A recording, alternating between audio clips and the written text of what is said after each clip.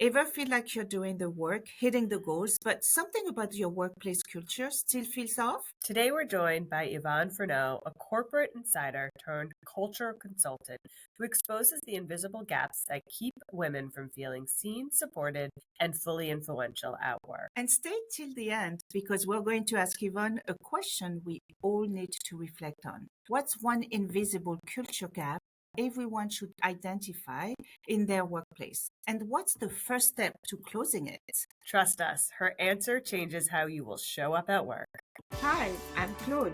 And I'm Jess. We are corporate employees by day, entrepreneurs by night, and work besties for life. Join us as we explore how work besties lift each other up, laugh through the chaos, and thrive together in every industry. Work Besties! Hi, Yvonne. Thank you. Thank you for the nice intro. So we start off by asking, what was the moment you realized culture wasn't a buzzword, but that missing link? That is such a great question. And my career spanned like 25 years in corporate, in retail, manufacturing, real estate. And so when I first thought about it, it was kind of hard for me to pinpoint what's the exact moment. But I will say that my first corporate gig out of college was working for Target. And I worked there for 5 years. I worked there in internal communications. And everything about the culture at the time was very aligned. Everything was in alignment with how we communicated internally to how we treated our customers externally to how the stores were designed, right? So there was this very clear perspective that created for me this sense of everything is unified from the brand to how we treat people to the way we do our work. Everything was unified. For me, that was my first sense of what culture really means in the workplace. But I will tell you, I didn't really appreciate it until I left. I left Target and went somewhere else because maybe or maybe not, I didn't love my boss. And so I thought that I would go somewhere else and it would be better, right? But it wasn't. It wasn't better when I went somewhere else. And I think that was the moment when I left a great culture, then I realized the importance of culture. And what it really means, because it was my first experience. I didn't totally understand it and appreciate it when I was in it. I feel like that I can resonate with that one. I started my career at Coca-Cola and the culture there, obviously just thinking about the brand and the empowerment behind it. You always kind of grass is greener when you pop to a different location and think, I'll solve it. And you're like, wait, maybe it wasn't so bad. The grass is pretty green. Yeah. So how would you define culture? Oh, that is a great question too. Culture is the behaviors, actions, and decisions that people take within an organization that create this shared experience. And I will say that, it's really easy to say culture belongs to HR, right? Because HR is going to do events or whatever.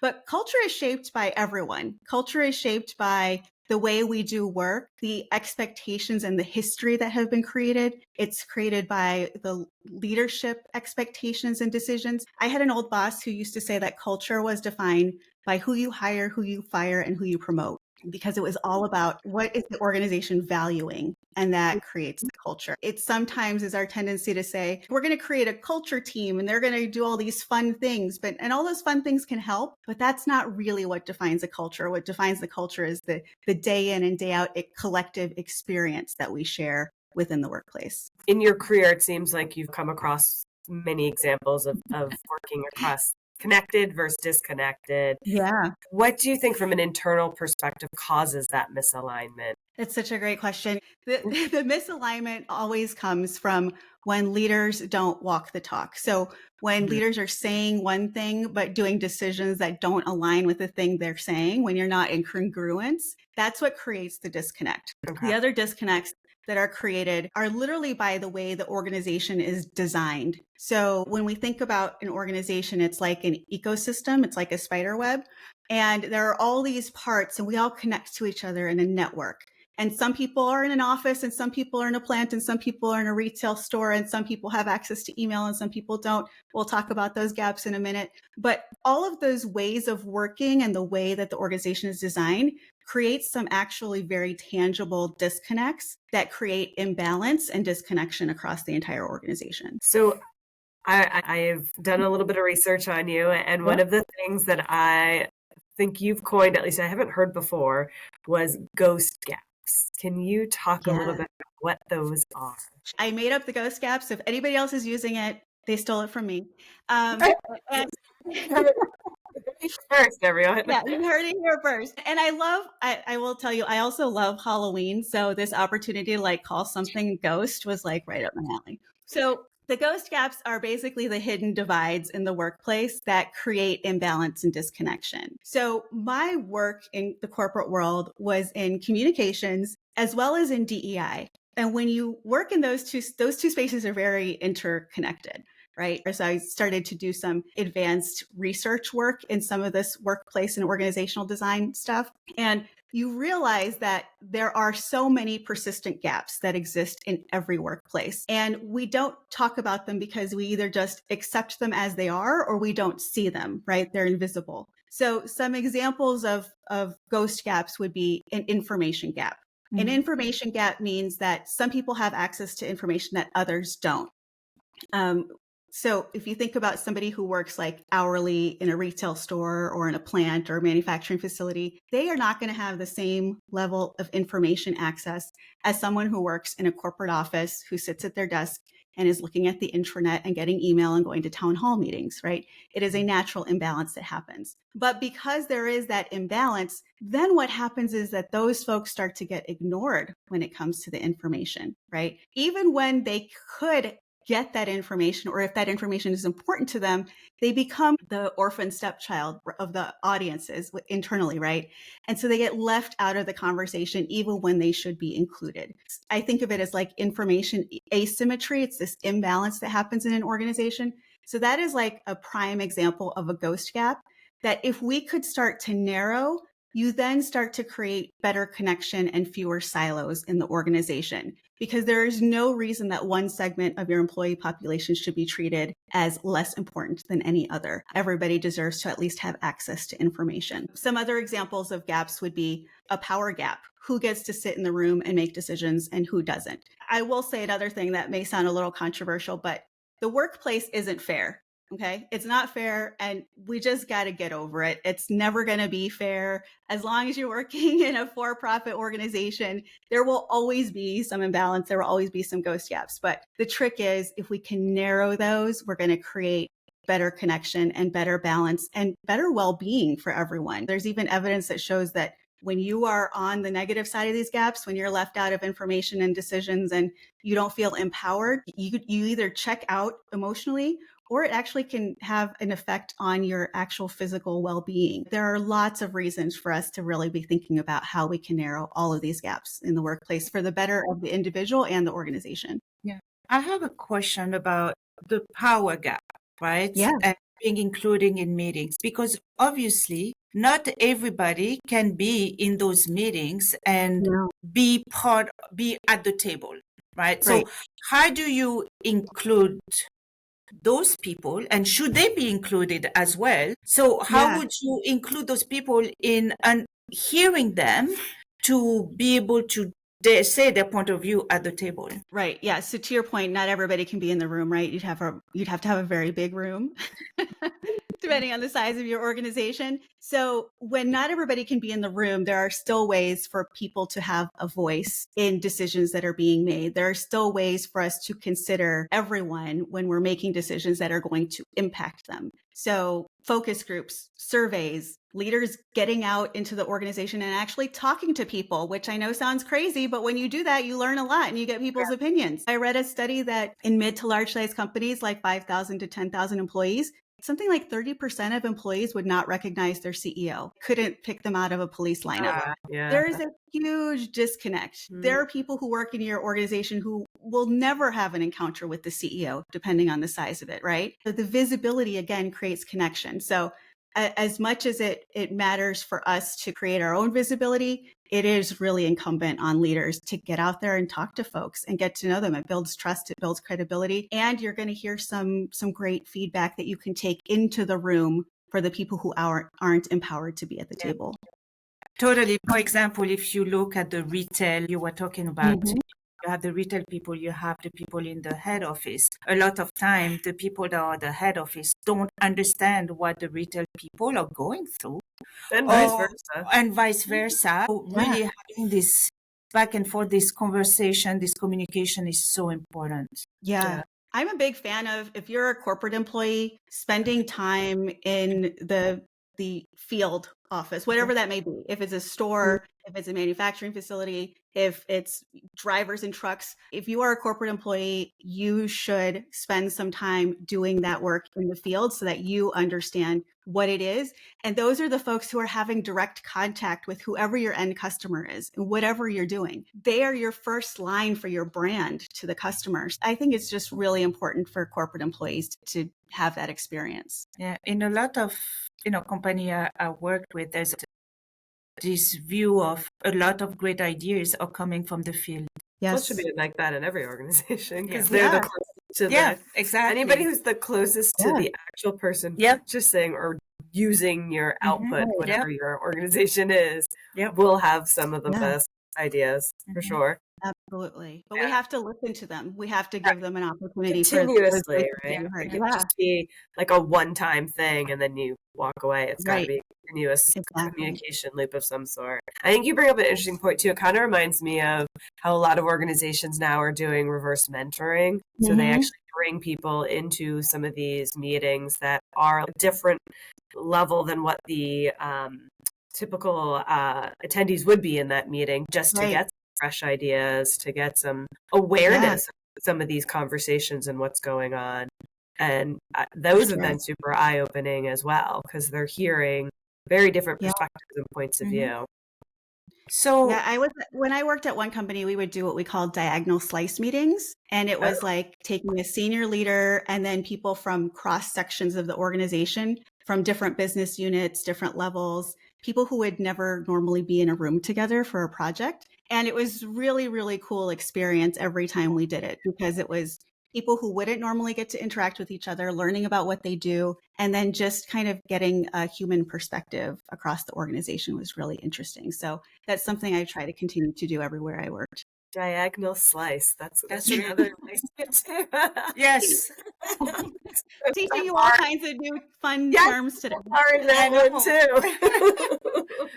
So if one of our audience is actually working in a company where you do not have this back and forth communication and able to say your point of view, how can you change that? Yeah. If you're the person who feels like you're not being heard, how can you change it? Yeah, I have a framework for how you do that. I call it the 4I framework, and it's a framework that's intended for organizations, leaders, and individuals to use to close the gaps in the organization. And I mention that because, like I said earlier, it's not just on the organization to close the gaps, it's on individual managers. And it's also on you as an individual to be empowered to close your own gaps, right? To recognize and do something about it if you are feeling like you are left out. So raise your hand, send an email. You know how many times I've seen people in 300,000 person companies send an email directly to the CEO? They do it all the time. Like, who cares? Send an email and tell them what you think, So there are ways, if you are persistent, to make your voice heard. If you feel like your manager isn't hearing you, go to that person's manager. Our loyalty is to ourselves and our own career. I think we're seeing this now with all the layoffs across the universe, right? It's really important that we are like the stewards of our own success in the corporate environment, because that isn't always reciprocated from you can make your experience better. You can empower yourself by raising your hand, talking to the right folks, finding a sponsor, find somebody who will believe in your work and then will be your voice in the room that you are not invited into, right? That's the person that's going to help you get ahead. So I would just say, like, do whatever it takes to make your voice heard, between raising your hand for a project or sending that email you may have been afraid to send, or getting in front of somebody that you don't know to get to know someone and network. There are all kinds of ways that you can make yourself a little more visible that's going to help you get ahead. Those are some great ideas. You just teased us on your 4I framework. Yvonne, why don't you walk us through what those 4 I's are and what the framework really entails? Yeah. So the 4 I's are inform, involve, inspire, and invest. So inform is all about closing those knowledge and information gaps. So at the organizational level, it means seeing where those gaps exist, where people aren't getting access to information, where people are feeling left out and in the dark, and what are kind of the tools and processes you can do to narrow those gaps. Managers can make sure that they're being transparent with their teams and sharing information and not hoarding information. And as an individual, you can take it upon yourself to be more informed. I know from experience working in internal communications, it can be really frustrating because we put so much information out and then you'll hear from employees like, I didn't know about that. Well, you got like 6 emails and it was on the internet and it was a poster. So there is some personal accountability to being informed within an organization too. The second one is involve. So this is all about like creating an inclusive workplace, right? The organization can be more inclusive, invite more people to the table, hear opinions and voices, develop inclusive leadership, create employee resource groups, whatever that looks like in your organization. Managers, again, same thing, like include more people in a meeting or in a project. What can you do to get folks more involved? And then your personal accountability is to get involved, is to raise your hand for that project, join the ERG, become the leader for the ERG. Those are all ways that you can get more involved. Inspire is all about connecting work to the big picture. So as an organization, you have to set a vision for the company and for the future that people believe in, not just in their heads, but in their hearts, that people want to be a part of, so that they can feel like this day-to-day thing that I'm doing of entering these numbers in a spreadsheet has a purpose that's bigger than the spreadsheet. You know, it's also on you as an individual to say like, this may feel like a rote task, but what I'm doing is contributing to something bigger. When I talk about this, I in particular involve, I always share the story about a janitor at NASA who met John F. Kennedy when he was president. And the president asked the janitor what he does here at NASA. And the janitor said, I help put men on the moon. He didn't say, I mop floors or I clean toilets or I wipe down counters. He said, I help put men on the moon. He had a very clear understanding that what he did contributed to that other thing, you know, contributed to something bigger. So I think we can all do that, you know, and I found a way to do that everywhere I worked. When I worked in retail, it was easy because I could shop at the stores. You know, I worked for that company. That's easy. And I spent way too much money at this, whatever store it was that I worked for. When you work in a B2B business like manufacturing, it may be a little harder. You know, I worked at a steel manufacturing company and I don't personally purchase large coils of steel or plates of steel for personal use, but I could go drive down the road and cross a bridge that was made with the steel that my team made. Or I could go see a windmill in a beautiful field under the sunset that was created with the steel that my team made. So there are always ways to make those connections. So that's inspire. It's about proud. And feel proud. Yeah, feel proud of it. And honestly, if you don't feel proud, then that's not the organization you should be in. You know, it doesn't align with your values. How can you keep the culture of a company intact when you have layoffs, when you have all those news? It's not easy at all. But I'll say two things here. The fourth I that I didn't get to is invest. All right. And invest is, no, that's okay. Because invest is about investing in people. And investing in people is what keeps your culture solid going through the layoffs. So it's a direct correlation.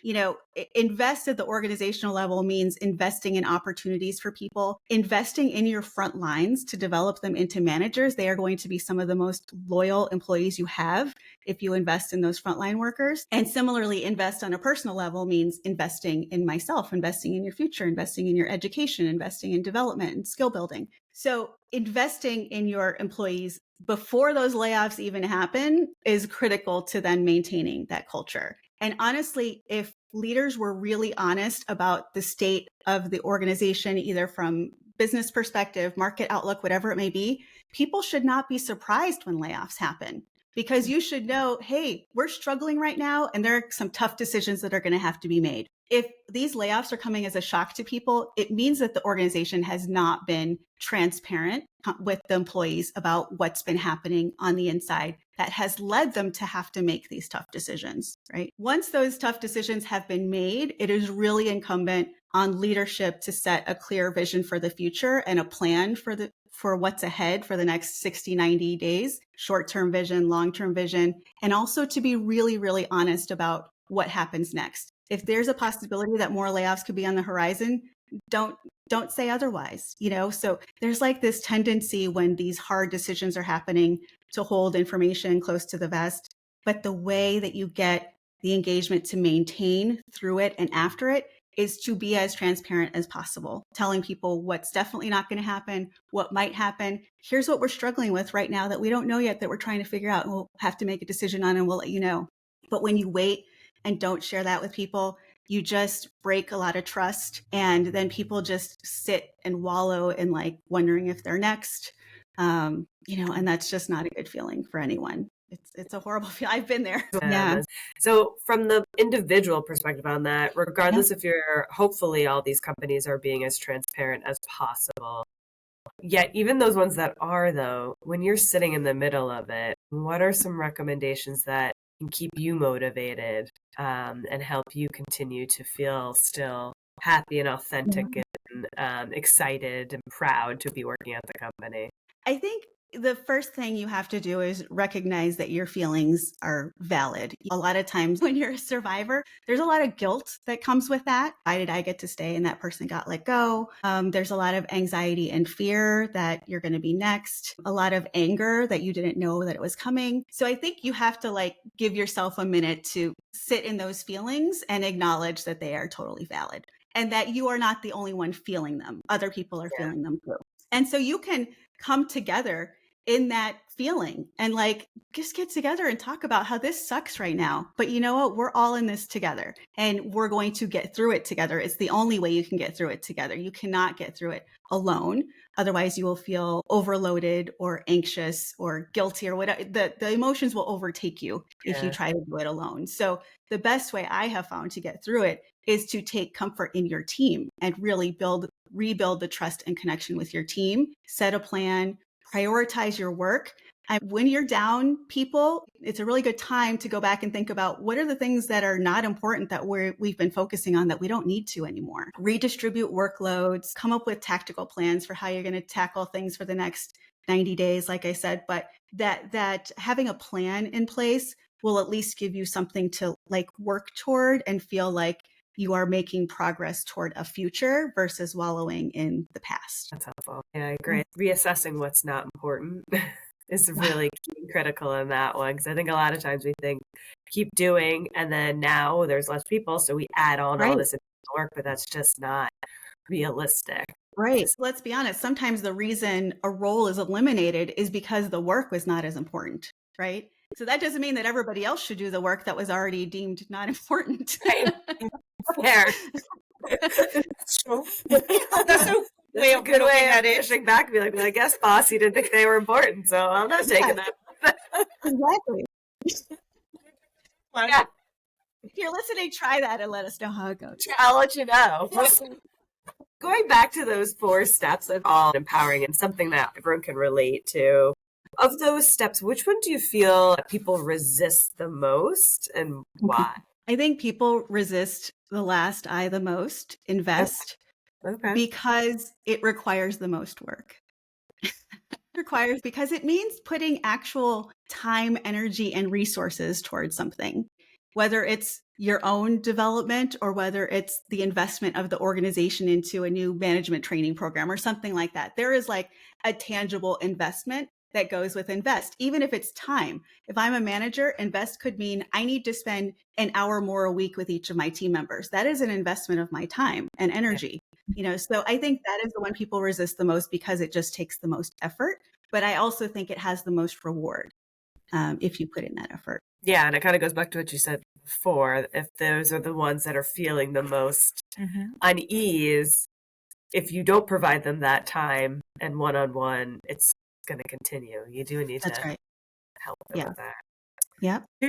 Do you think that middle management has a big part in doing the part of the culture? Because at the end of the day, you are talking to the team that is closer, let's say, I don't know, to the field, to the reality. And then you can pass along one is the information that you get from the leaders, then go back Yep. to your team, and vice versa, championing your team to the leader, Mhm. saying, hey, my team has a great idea. Look, and have this meeting or whatever, this funnel to go and Mhm. present it to them. Yeah, I think out of everyone, middle management probably has the biggest role to play because, like you said, they're doing the work in the middle. They're supposed to be the advocates for their employees up the chain, and they're supposed to be the stewards of information and priorities down the chain. And when that's not happening, then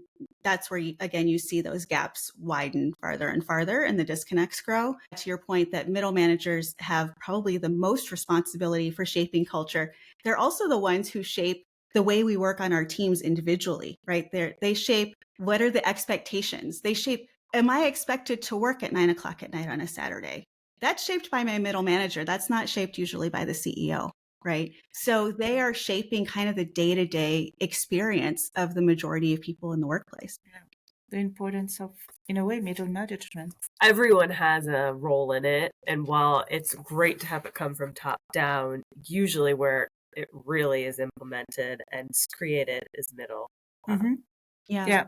And it's usually where it gets stuck too. Like when we think about an information gap, middle management is usually where the information gets stuck, right? Because they're not sharing with their teams, they're not pushing it down. So we've got to unstick middle management somehow. Yeah. Now, I have a question also about shaping culture and work besties, because we are the work besties who podcast. So Yeah. what is your view about work besties and the importance of work besties in the culture? So I think having a best friend at work is so, so important. I have had several best friends at work. I've had several work spouses. It's like somebody that you can commiserate with and connect with and gossip with, and someone who has your back all the time. That's why Gallup includes it in their engagement survey. Do you have a best friend at work? It's because it is critical to your experience in the workplace. So I do think, though, that it has become harder for people to find those folks as we have more distributed workplaces. It's harder to form some of those bonds and connection when you're not physically together in spaces. I've still managed to find it even in remote workplaces, but I do acknowledge that it becomes a little more difficult. But I think, to your point, it's critical in shaping culture, because what work besties give you is this sense of humanity that sometimes we forget about inside the workplace, right? We forget that we're actually people who like to laugh and tell jokes and have fun and lean on each other and sometimes cry, whatever it is. We're like these different people inside the walls of work.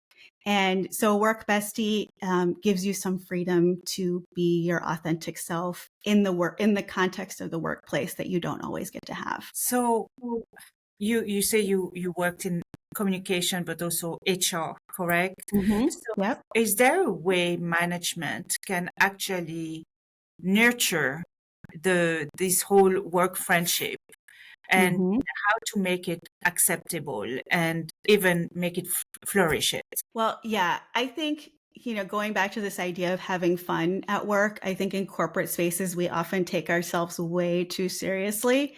Like most of us in corporate jobs are not curing cancer and delivering babies. A lot of people are doing administrative type work. And again, not that it's not important, you can still find inspiration, like I talked about earlier.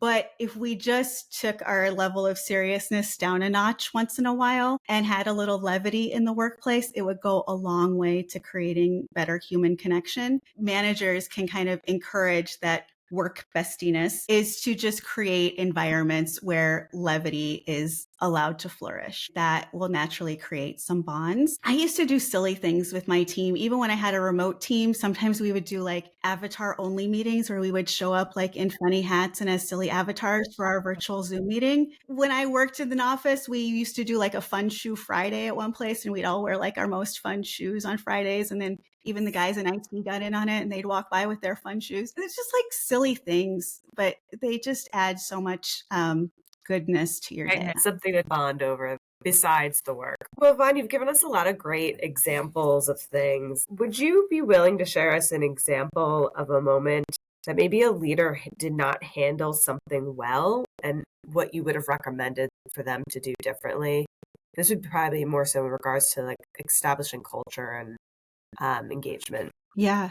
So I worked with this one senior leader. He was a chief technology officer. And he had this horrible reputation in the organization for being really mean. People didn't want to be around him. Like they would, if they saw him coming down the hallway, they'd run like the principal at school and all the kids are scattering. It's like Miranda playing a Devil's War.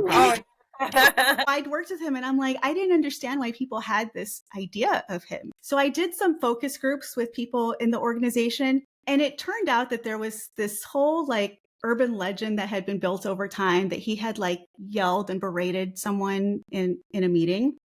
And because he wasn't present a lot in the office, that legend, that story just took hold and took over his whole reputation, right? So my advice to him was to get out there and talk to people. And this was somebody who was very uncomfortable with the quote unquote fun. So I literally created a calendar for him that we called scheduled spontaneity. And we would schedule time for him to go be spontaneous. And at first people thought it was like, they would see him coming like with an ice cream cart. Oh my God, what's happening? He has ice cream. Are we all getting fired? Over time, it was like, okay, people were like, oh, he's actually pretty cool or he's funny. He had like this very dry sense of humor that if you didn't know him, you might have thought he was a little off-putting. But over time, though, the engagement scores went up amazingly because people got to know him and there was more trust and there was a little more levity and slowly the urban legend started to fade. And I never really did find out the truth if he actually did yell at and berate someone in this meeting, but it didn't matter at that point. So, all right, this has been awesome.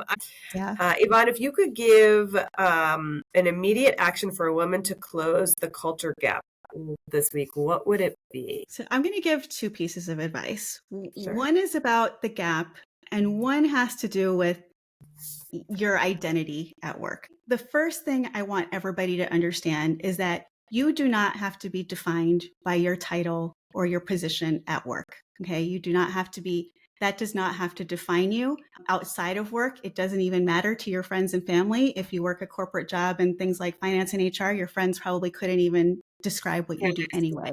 They love you for who you are. So I want everybody to just remember that you are not defined by whether you are a coordinator or a senior director or a vice president in the context of your corporate job.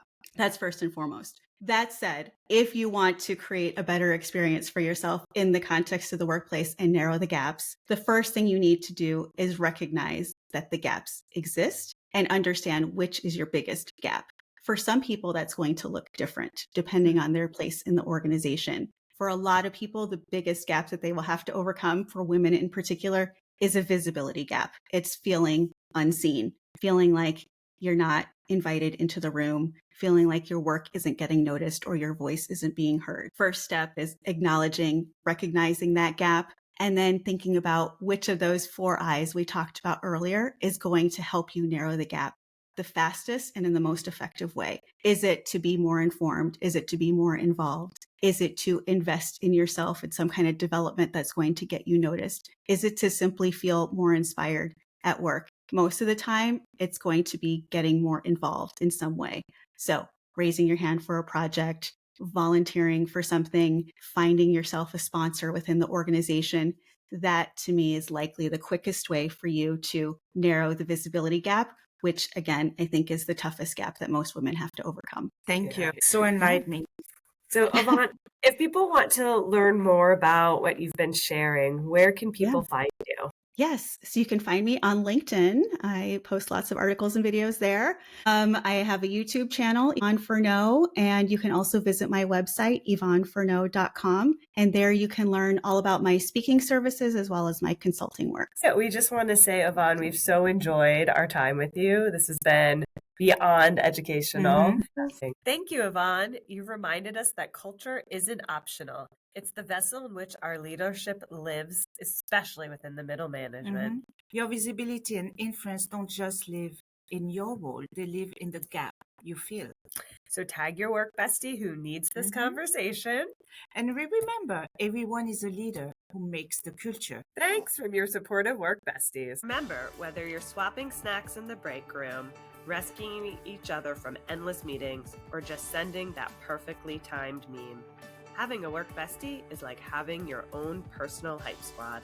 So keep lifting each other up, laughing through the chaos, and of course, thriving. Until next time, stay positive, stay productive, and don't forget to keep supporting each other.